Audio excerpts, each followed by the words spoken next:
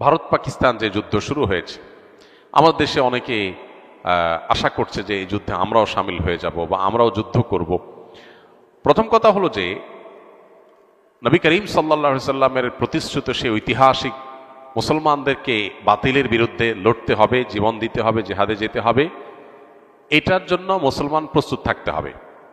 মুসলমান কখনো ভীতু হয়ে জীবন বাঁচানোর জন্য আপনার চেষ্টা করবে এবং শাহাদাতকে এড়ানোর চেষ্টা করবে, এটা মুসলমানের কাজ হতে পারে না। মুসলমান সবসময় শাহাদাতের তামান্না তার অন্তরে লালন করতে হবে। শাহাদাতের তামান্না নাই, আকাঙ্ক্ষা নাই, এটা মুনাফিকের চরিত্র, এটা ইমানদারের চরিত্র না। তামান্না আমাদের থাকতে হবে যে আল্লাহ, মৃত্যু যখন হবেই, আল্লাহুম্মা ইন্নী আসআলুকা শাহাদাতান ফি সাবিলিক, ওমর রাদিয়াল্লাহু আনহু দোয়া করতেন, আল্লাহ আপনার কাছে আপনার রাহে শহীদ হয়ে যেন আমার মৃত্যু হয়, সেটাই আমি চাই। সাধারণ মৃত্যু আমরা চাইব না, এটা একজন ইমানদারের কামনা থাকবে। কিন্তু সাধারণ পরিস্থিতিতে আমরা যুদ্ধ আল্লাহর কাছ থেকে চেয়ে নিব না। শাহাদাত চাওয়া আর যুদ্ধ চাওয়া এক জিনিস না। দেখেন, ওমর রাদিয়াল্লাহু তাআলা আনহু শহীদ হয়েছেন, একজন অগ্নি পূজকের খঞ্জরের আঘাতে নামাজরত অবস্থায় তিনি মারা গেছেন এবং শাহাদাতের মর্যাদা আল্লাহ তাকে দিবেন ইনশাআল্লাহ। অথচ তিনি কিন্তু কোনো লড়াইয়ে মারা যান নাই এবং তিনি দোয়া করতেন, আল্লাহুম্মা ইন্নী আসআলুকা শাহাদাতান ফি সাবিলিক ওয়াল মাউতা ফি বিলাদি হাবিবিক, আল্লাহ আপনার রাহে শাহাদাতও চাই, আবার আপনার রাসূলের শহরে মৃত্যুও চাই। কেউ কেউ মনে করতে এটা সাংঘর্ষিক দোয়া। শাহাদাত তামান্না করলে তো জিহাদের ময়দানে যেতে হবে, এটা তো মদিনায় তো জিহাদ চলে না, জিহাদ তো বাইরে চলে। আবার চাচ্ছেন মদিনায় মরতে, দুইটা কিভাবে হয়? আল্লাহ তাআলা দুইটাই দিয়েছেন, শাহাদাতের মর্যাদাও দিয়েছেন, আবার মদিনাতে মৃত্যুও দিয়েছেন।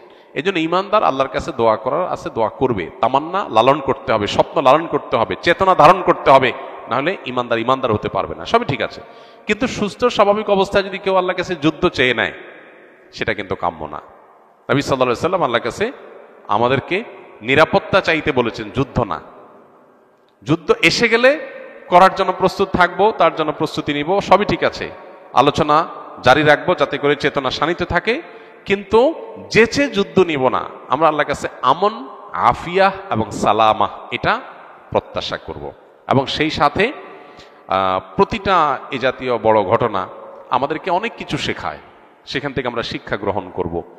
আমরা সেখান থেকে বিভিন্ন আইব্রত, বিভিন্ন শিক্ষা এটা গ্রহণ করে আমাদের জীবনকে আলোকিত করব, সমৃদ্ধ করব, ইমানকে বাড়াবার চেষ্টা করব।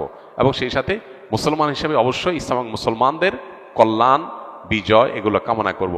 সূরা রুম আমরা পড়ার চেষ্টা করতে পারি, যাদের সুযোগ আছে সূরা রুমের শুরুর আয়াতের তাফসীরটা পড়ে দেখতে পারি।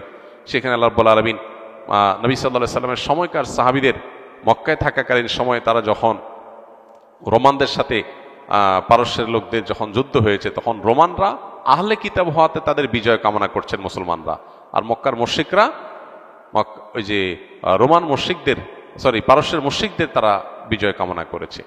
তো এই যে মুসলমানরা নিজের মুসলিম ভাইও না, তারপরেও শুধুমাত্র আহলে কিতাব হওয়ার কারণে মুশরিকদের চাইতে কাছাকাছি আদর্শিকভাবে অবস্থান, সেই কারণে সমর্থন করার বিষয়টা সাহাবীদের মধ্যে দেখা গেছে এবং আল্লাহ তাআলা সেটাকে অ্যাপ্রিসিয়েট করেছেন।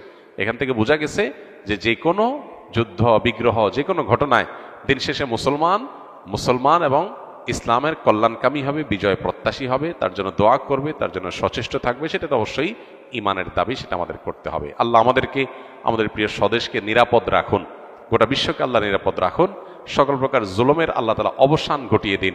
মুসলমানদের উপরে যে সমস্ত জুলুম চলছে সারা বিশ্বব্যাপী, কোনো কিছু না করে মুসলমানরা দোষী প্রমাণ হওয়ার আগে মুসলমানদের দেশের উপরে আক্রমণ, এই জিনিসগুলো থেকে আল্লাহ তাআলা আমাদের মুসলমানদেরকে হেফাজত করুন। আমাদের শক্তিমত্তাকে আল্লাহ তাআলা বৃদ্ধি করে দেন, বাড়িয়ে দিন। জাযাকুমুল্লাহু খায়রা।